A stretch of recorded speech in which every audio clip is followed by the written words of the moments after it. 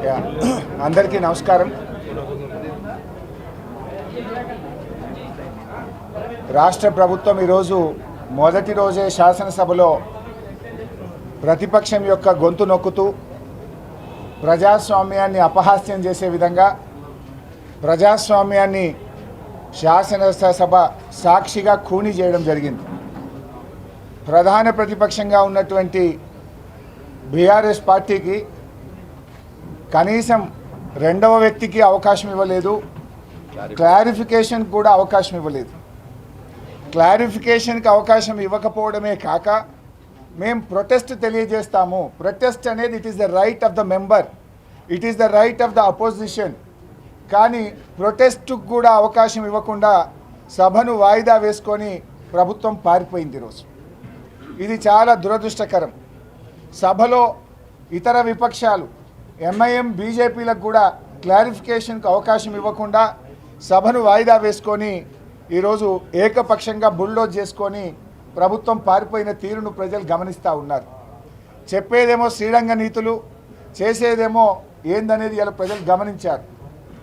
ఎందుకు ప్రభుత్వం భయపడ్డది?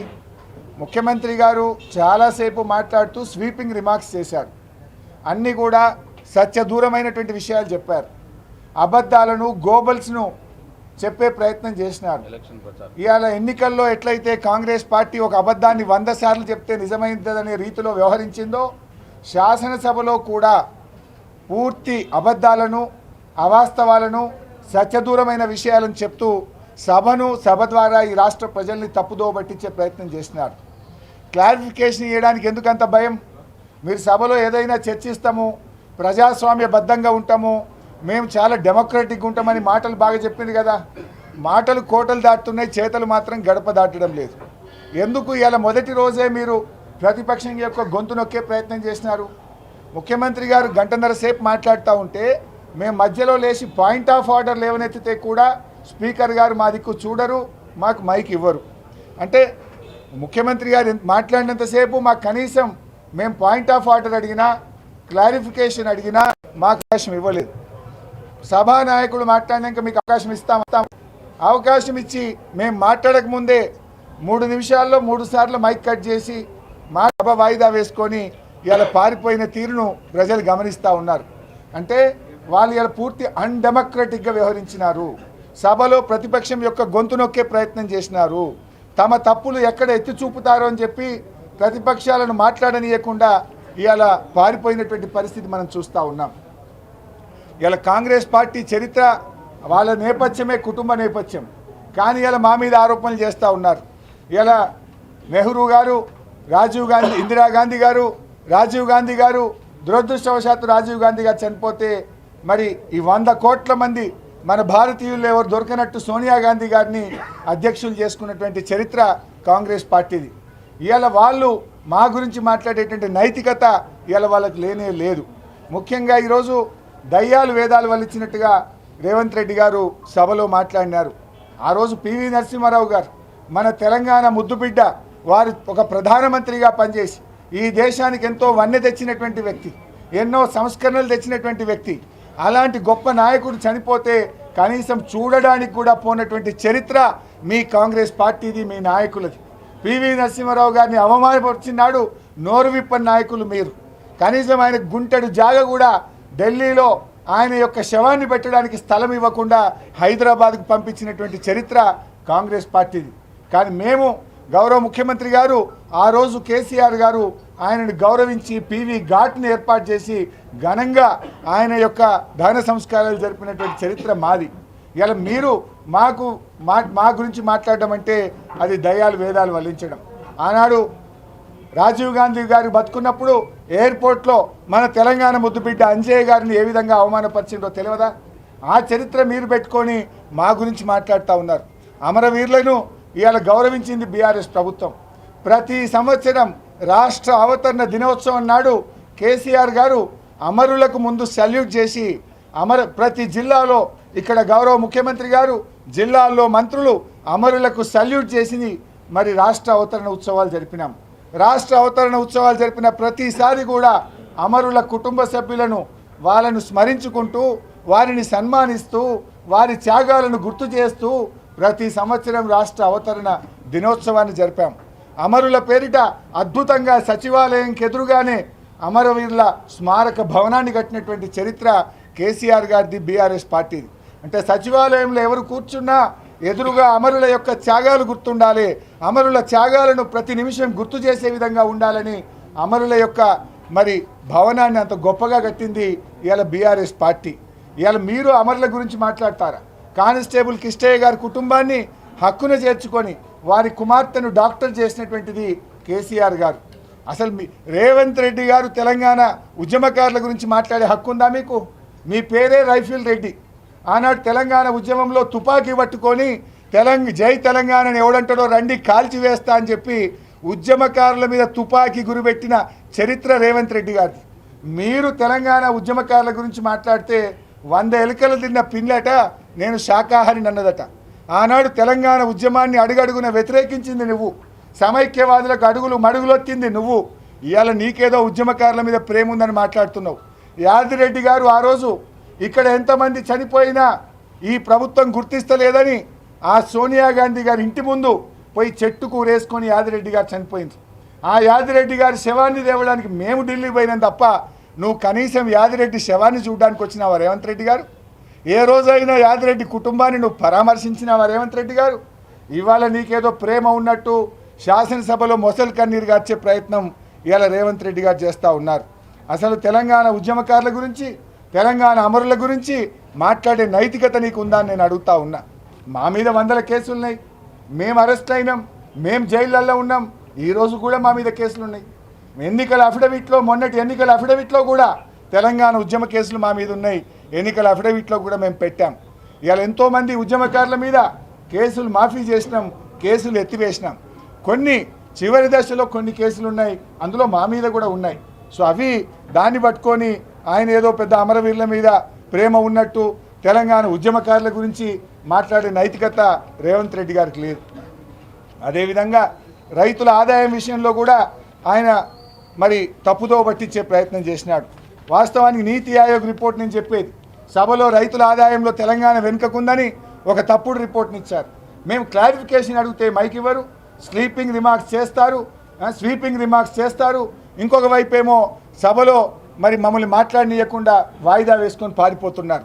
వాస్తవానికి మన తెలంగాణ వ్యవసాయ రంగం తలసరి ఆదాయ వృద్ధిలో గత దశాబ్ద కాలంలో మరి 6.59 వృద్ధితో దేశంలో 2వ స్థానంలో నిలిచింది.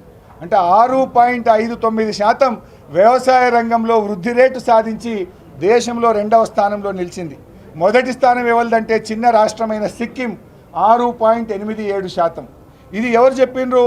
నీతి ఆయోగ్ నివేదికలో చెప్పిండ్రు. పెద్ద రాష్ట్రాల పట్టికలో తెలంగాణ మొదటి స్థానంలో నిలిచింది. మన పొరుగు రాష్ట్రమైన ఆంధ్రప్రదేశ్ 5.41%తో 4వ స్థానంలో నిలిచింది. అంటే తెలంగాణ ప్రభుత్వం వ్యవసాయ రంగం మీద పెట్టిన దృష్టి వల్ల ఇవాళ దేశంలోనే వ్యవసాయ వృద్ధి రేటులో 2వ స్థానంలో నిలిపిన ఘనత బీఆర్ఎస్ పార్టీది, కేసీఆర్ గారిది. వాస్తవాలు ఇదుంటే ముఖ్యమంత్రి గారు సభను తప్పుదో పట్టించి తప్పుడు విషయాలు చెప్పినారు. నేను అప్పుడే లేచి క్లారిఫికేషన్ అడిగితే పాయింట్ ఆఫ్ ఆర్డర్ లేవనెత్తితే కూడా స్పీకర్ గారు మాకు మైక్ ఇవ్వరు, అటువైపు నుంచి సైగలు, చిట్టీలు, మైకులు ఇవ్వద్దని చెప్పే ప్రయత్నం. అదేవిధంగా వారు ఇంకో మాట మాట్లాడినారు, రైతులకు పంట సాగు ఈరోజు వరి ధాన్యం రైతులకు మద్దతు ధర రాలేదని రైతులు 1400కి 1500కి అమ్ముకుంటున్నారని మాట్లాడిండ్రు. ఎంత సత్యదూరమైన విషయం అంటే ఆనాడు 2014-15లో ఆ రోజు కొన్న వడ్లు, కాంగ్రెస్ పార్టీ అధికారంలో నుంచి వచ్చినప్పుడు కొన్న వడ్లు 24 లక్షల మెట్రిక్ టన్నులు అయితే మరి మేము అధికారంలోకి వచ్చినాక ఎంఎస్పీకి మద్దతు ధరకు ప్రభుత్వమే సేకరించిన వడ్లు 2020-21లో 1,41,00,000 మెట్రిక్ టన్నులు, 2021-22లో 1,20,00,000 మెట్రిక్ టన్నులు, 2022-23 చివరి లెక్కలు వచ్చేసరికి 1,17,00,000 మెట్రిక్ టన్నులు. అంటే 1960 రూపాయల కాడికి ప్రభుత్వమే వడ్లు కొన్నదని లెక్కలు చెప్తా ఉంటే ముఖ్యమంత్రి గారు 1400కి అమ్ముకున్నారు, 1500కి అమ్ముకున్నారు, వడ్లే అది మీ చరిత్ర. పచ్చకళ్ళు అద్దాలు పెట్టుకుంటే లోకమంతా పచ్చ కనబడుతుంది అన్నట్టు మీ కాంగ్రెస్ ప్రభుత్వ హయాంలో వడ్లు ప్రభుత్వం 24 లక్షల మెట్రిక్ టన్నులు కొంటే మేము వచ్చిన తర్వాత 1,20,00,000 మెట్రిక్ టన్నులు ఊరూరికి తంటాలు లేకుండా కాంటాలు పెట్టి ప్రతి ఊర్లో కూడా మద్దతు ధరకు వడ్లు కొని రైతులకు ఇబ్బంది కాకుండా చూసిన చరిత్ర ఇవాళ బీఆర్ఎస్ పార్టీది. ఈ విషయం ముఖ్యమంత్రి గారేమో సభలో మనము ప్రభుత్వం కొనలేదు అని ఒక తప్పుదో పట్టిస్తే దాన్ని క్లారిఫికేషన్ చెప్పడానికి కూడా సభలో అవకాశం ఇవ్వలేదు. కేవలం రాష్ట్రంలో వరే పండిందని మాట్లాడినరు. ఇలా మిరప పంటలో దేశంలో నంబర్ 1 తెలంగాణ రాష్ట్రం, ఇది కేంద్ర ప్రభుత్వం చెప్తా ఉంది. పత్తి సాగులో దేశంలో నంబర్ 2, ఇది కేంద్ర ప్రభుత్వం చెప్తున్న లెక్కలు. కానీ ముఖ్యమంత్రి గారు అన్ని పంటలు పోయినాయి అని ఓ స్వీపింగ్ రిమార్క్స్ సభలో చేసే ప్రయత్నం చేస్తూ ఉన్నారు. అంటే ఇవాళ పంట సాగు విస్తీర్ణం కూడా చూస్తే ముఖ్యమంత్రి గారు ఏమంటారంటే ఆయన ఎన్సీబీ రికార్డు కూడా మాట్లాడినారు. రైతుల ఆత్మహత్యల గురించి సీఎం గారు ఇవాళ తప్పుడు విషయాలు చెప్పే ప్రయత్నం చేసినారు. నేషనల్ క్రైమ్ రికార్డ్ బ్యూరో నివేదిక ప్రకారంగా చూస్తే తెలంగాణలో రైతు ఆత్మహత్యలు తగ్గుతూ వచ్చినాయి. మేము వచ్చిన కొత్తల్లో మీరు అవలంబించిన రైతు వ్యతిరేక విధానాల వల్ల 2014లో 1348 ఆత్మహత్యలు, 15లో 1400, 2016 645, 2017 851, 2018లో 908, 2019 499, 2020 471, 2021 359, 2022కి వచ్చేసరికి 178కి తగ్గిపోయింది. అంటే మా ముఖ్యమంత్రి గారు మా ప్రభుత్వం ఆ రోజు మేము అవలంబించిన విధానాల వల్ల రైతు ఆత్మహత్యలు ఈ రాష్ట్రంలో పూర్తిగా తగ్గుముఖం పట్టినాయి. ఇది మా రికార్డు కాదు, నేషనల్ క్రైమ్ రికార్డ్ బ్యూరో. వాస్తవానికి ఇది రైతు ఆత్మహత్య కూడా కాదు. ఏ కారణం చేతనైనా రైతు ఆత్మహత్య చేసుకుంటే అది కారణం ఏదైనా కూడా రైతు ఆత్మహత్యగానే ఆ రోజు రికార్డ్ చేసినారు. అయినా ఆ సంఖ్య చూస్తే 1400 నుంచి 178కి తగ్గింది. అదే మిగతా రాష్ట్రాల్లో చూస్తే పక్కన మహారాష్ట్రలో 4248 రైతు ఆత్మహత్యలు, కర్ణాటకలో 2392, ఆంధ్రప్రదేశ్లో 917, కానీ తెలంగాణకు వస్తే 178. అంటే ఇది మా పనితీరుకు నిదర్శనం, రైతుల విషయంలో మా చిత్తశుద్ధికి నిదర్శనం. ముఖ్యమంత్రి గారు ఇంకో విషయాన్ని సభను తప్పుదో పట్టించే ప్రయత్నం చేసింది. రైతు బీమా అనేటువంటిది రైతు ఏ కారణం చేత చనిపోయినా, అనారోగ్యం వల్ల కానీ వయసు మీద పడడం వల్ల కానీ సహజ మరణం పొందినా కూడా ఆ రైతు కుటుంబం రోడ్డు మీద పడద్దు. రైతు బాగుండాలి, దురదృష్టవశాత్తు రైతు చనిపోతే రైతు కుటుంబం బాగుండాలని మేము రైతు బీమా పథకం చేపడితే ఆయన పూర్తిగా సభను తప్పుదో పట్టిస్తూ రైతు బీమా పొందిన 119,000 మంది రైతులు కూడా అవి ఆత్మహత్యలు, అవి ప్రభుత్వ హత్యలు అని చెప్పి సభను తప్పుదో పట్టించే ప్రయత్నం చేసిండు. అంటే అప్పుడే నేను లేచి పాయింట్ ఆఫ్ ఆర్డర్ అడిగితే స్పీకర్ మా వైపు చూడడు, మాకు మైక్ ఇవ్వనటువంటి పరిస్థితి. అంటే ఎంత దురదృష్టకరం. అంటే ముఖ్యమంత్రి గారు ఎంత అవగాహన లేమితో మాట్లాడుతున్నాడా, లేదు ఒక పీసీసీ ప్రెసిడెంట్గా ఒక ఆరోపణలు చేస్తూ ఎరాటిక్గా గతంలో ఎట్లయితే చేసిండో ఇలా సభలో కూడా అట్లాంటి ఆరోపణలు చేయడం అది ఆ పదవికి అది వన్నె తెచ్చేది కాదు, ఆ పదవిలో ఉండే నాయకులు మాట్లాడేటువంటి మాటలు కాదు. అంటే రైతు బీమా పొందిన వాళ్ళని కూడా రైతు ఆత్మహత్యలు అంటే అది కేవలం ముఖ్యమంత్రి గారు బురద జల్లే ప్రయత్నం. అంటే ఎంత ఎరాటిక్గా మాట్లాడిండు, ఎంత అవగాహన రైత్యంతో ఇలా సీఎం మాట్లాడిండు అనేటువంటిది మనందరం కూడా గమనించవచ్చు. అంటే ఇలా రైతు బీమా వద్దన్నట్ట ముఖ్యమంత్రి గారు రైతు బీమాను రద్దు చేస్తామని చెప్పదలుచుకున్నారా మీరు? ఇలా ఆయన మాటల్లో ఏం కనబడ్డది? రైతు బీమా ఇది చనిపోయిన తర్వాత ఇచ్చే అవసరం ఏంది అని మాట్లాడిండు. అంటే ముఖ్యమంత్రి గారు ఏంటంటే రైతు బాగుండాలి, ఏ కారణం చేత సహజ మరణం పొందిన ఆ రైతు కుటుంబం బాగుండాలన్నదేమో మా ధ్యేయం. కానీ మీ ధ్యేయం చూస్తూ ఉంటే ఇలా వ్యవసాయ రంగాన్ని, రైతు కుటుంబాలను దెబ్బతీసే విధంగా మాట్లాడుతూ ఉన్నారు.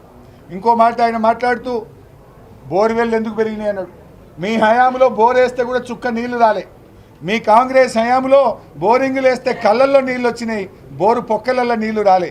ఇలా మా హయాంలో భూగర్భ జలాలు పెరిగినాయి, చెరువులు బాగా చేసినాం, చెక్ డ్యాములు కట్టినాం, ప్రాజెక్టులు పెట్టినాం, కాలువల ద్వారా నీళ్ళు ఇచ్చినాం, బోర్లు వేస్తే నీళ్ళు వస్తున్నాయి కనుక బ్రహ్మాండంగా రైతులు బోర్లు వేసుకున్నారు, ఉచిత కరెంటుతో సాగు చేసుకున్నారు. అంటే నీ హయాంలో బోరింగ్లు ఎందుకే లేదంటే దుబ్బ తప్ప చుక్క నీళ్లు రాలేదు. నీ హయాంలో 10 బోర్లు 20 బోర్లు వేసి బోర్ల రామరెడ్డిగా పేర్లు తెచ్చుకున్నారు, కళ్ళల్లో నీళ్లు పెట్టుకున్నారు, ఆత్మహత్యలు చేసుకున్న చరిత్ర మీది.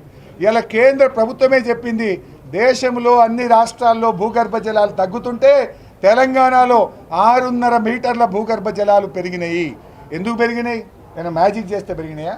మేము చెక్ డ్యాములు కట్టినాం, చెరువులు బాగు చేసినాం, సాగునీటి లభ్యత పెంచినాం, సముద్రంలో కలుస్తున్నటువంటి కృష్ణా గోదావరి జలాలను తెలంగాణ భూభాగంలో పారించినాం కనుక భూగర్భ జలాలు పెరిగినాయి. అందుకే రైతులు బ్రహ్మాండంగా మరి బోర్లు వేసుకున్నారు, కాలువల కింద పంట పండించుకున్నారు, బోర్ల కింద కూడా పంట పండించుకున్నారు. అందుకే ఈరోజు మీరు చూస్తే ఆనాడు 2014-15లో రాష్ట్రంలో సాగు విస్తీర్ణం 1,31,00,000 ఎకరాలు. మొన్న 2022-23లో చూస్తే 2,08,00,000 ఎకరాల సాగు విస్తీర్ణం పెరిగింది. ఎందుకు పెరిగింది సాగు విస్తీర్ణం? ఆనాడు 1,31,00,000 ఎకరాలు ఉంటే మా 9.5 ఏళ్ల హయాంలో 2,08,00,000 ఎకరాలకు సాగు విస్తీర్ణం పెరిగింది. అంటే అది మా పనితీరుకు నిదర్శనం.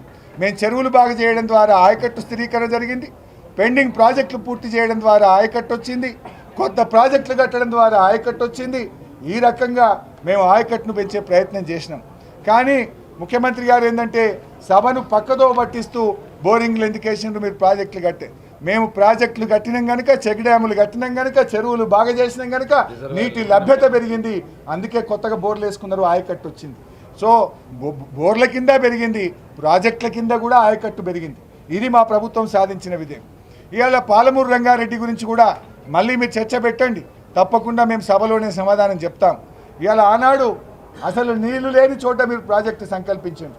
ఢిల్లీలో కాంగ్రెస్ పార్టీ, మహారాష్ట్రలో కాంగ్రెస్ పార్టీ, ఆంధ్రప్రదేశ్లో కాంగ్రెస్ పార్టీ, మరి 3 చోట్ల కాంగ్రెస్ పార్టీయే ఉన్నా 8 ఏళ్ళు ప్రాణహిత చేవెళ్ల ప్రాజెక్టును తలపెట్టి అనుమతులు కూడా తేలే. మీరు 8 ఏళ్ళల్లో అనుమతి కూడా మీరు తేలేకపోయిందంటే మీ చిత్తశుద్ధి ఏ పాటో ఆ రోజే తేలిపోయింది. మహబూబ్నగర్ జిల్లా గురించి రేవంత్ రెడ్డి గారు ఏదో ప్రేమ ఉన్నట్టు మాట్లాడుతుండ్రు. నువ్వు తెలుగుదేశంలో ఉన్నప్పుడు నీ నాయకుడు చంద్రబాబు నాయుడు మహబూబ్నగర్ జిల్లాను దత్తత తీసుకొని ఎండబెట్టిన విషయం మర్చిపోయినావా? ఆనాడు 2 పార్టీలు, కాంగ్రెస్ అయినా తెలుగుదేశం అయినా, మహబూబ్నగర్ ప్రాజెక్టుల పేర్లు మారి పెండింగ్ ప్రాజెక్టులుగా మార్చిన చరిత్ర మీది.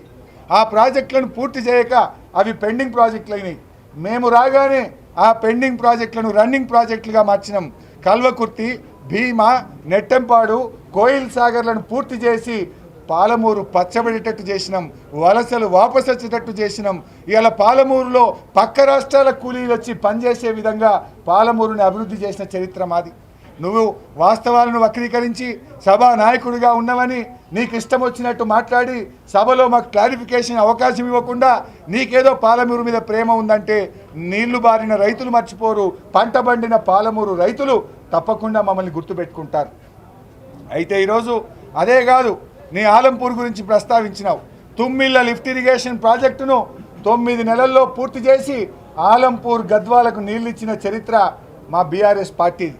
మీరు ఆర్డీఎస్ ప్రాజెక్టును ఆ రోజు పొక్కగొట్టినా, పోతిరెడ్డిపాడు ప్రాజెక్టుకు పొక్కగొడితే ఇదే కాంగ్రెస్ పార్టీ నాయకులు మాట్లాడలేకపోయింది. కానీ మేము ఆలంపూర్లో ఆ ఆర్డీఎస్ ఆయకట్టుకు నీళ్ళు ఇవ్వాలని కేసీఆర్ గారు తుమ్మిళ్ళ లిఫ్ట్ ఇరిగేషన్ ప్రాజెక్టును 9 నెలల కాలంలో యుద్ధ ప్రాతిపదికన పూర్తి చేసి ఇవాళ ఆలంపూర్ గద్వాలకు ఆర్డీఎస్ ఆయకట్టుకు నీళ్ళిచ్చిన చరిత్ర మాది. వాస్తవాలు తెలుసుకోకుండా మీరు సభలో ఏదో నీ పాలమూరుకు నీ మీద నీకు ప్రేమ ఉన్నట్టు చూపించే ప్రయత్నం చేసినావు. అదే పాలమూరు జిల్లాకు ఇలా నాగర్ కర్నూలులో మెడికల్ కాలేజ్ పెట్టాం, మహబూబ్ నగర్లో మెడికల్ కాలేజ్ పెట్టాం, వనపర్తిలో మెడికల్ కాలేజ్ పెట్టాం. మీ కాంగ్రెస్ ఏనాడైనా ఆ పాలమూరు జిల్లాలో మెడికల్ కాలేజ్ పెట్టిందా? ఒక్క ప్రాజెక్టు పూర్తి చేసిందా? మీరన్నీ వలసలకు పాలమూరు జిల్లాను మారుపేరుగా మార్చిన చరిత్ర మీదైతే పచ్చటి పొలాలకు నెలవుగా మార్చిన చరిత్ర మా బీఆర్ఎస్ పార్టీ. ఇవాళ పాలమూరు ఎత్తిపోతల పథకం కూడా పూర్తయింది. మొన్ననే ట్రయల్ రన్ కూడా జరిగి నీళ్ళు వచ్చినాయి. కర్వెన, ఏదుల్లా, వట్టెం రిజర్వాయర్లు పూర్తయి ఇవాళ నీళ్ళు ఇవ్వడానికి సిద్ధంగా ఉన్నాం. ఇవాళ కొడంగల్ కానీ, మరి మక్తల్ కానీ, నారాయణపేట ప్రాంతాలకు, వికారాబాద్ జిల్లాకు కాల్వలకు ఇప్పటికే టెండర్లు పిలిచి ఇలా కాల్వలు తవ్వితే నీళ్లు బారే విధంగా పాలమూరు ప్రాజెక్టును పూర్తి చేసిన చరిత్ర మాది. మీరు కేవలం మాటలకు పరిమితమైనరు. అదేవిధంగా ఇంకా చాలా విషయాలు వారు స్వీపింగ్ రిమార్క్స్ చేసినారు. ఇసుక విషయంలో మాట్లాడినారు.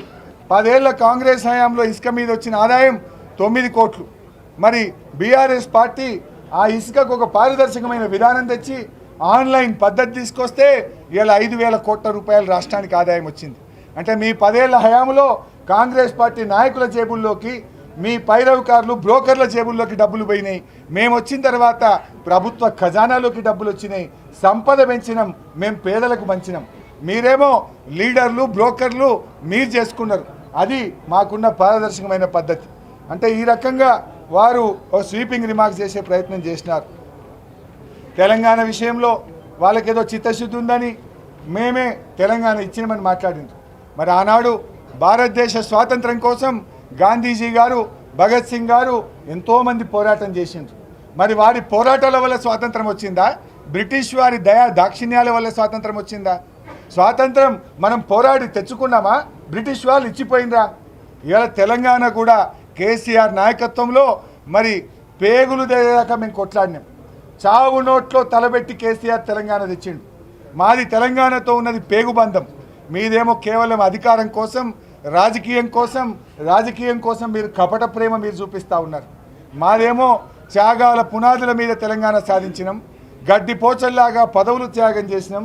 చివరికి మా నాయకుడు చావు నోట్లో తలబెడితే తెలంగాణ వచ్చింది. సోనియా గాంధీ గారట తెలంగాణ ఇచ్చింది. మీరు నిజంగా తెలంగాణ ఇచ్చేది ఉంటే 2004లో మాతో పొత్తు పెట్టుకొని యూపీఏ కామన్ మినిమం ప్రోగ్రాంలో పెట్టినాడే తెలంగాణ ఇస్తే మన విద్యార్థులు అమరులయ్యే వాళ్ళ. ఇవాళ ఈ చావులకు కారణం కాంగ్రెస్ పార్టీ కాదా? ఈ చావులకు కారణం సోనియా గాంధీ గారు కాదా?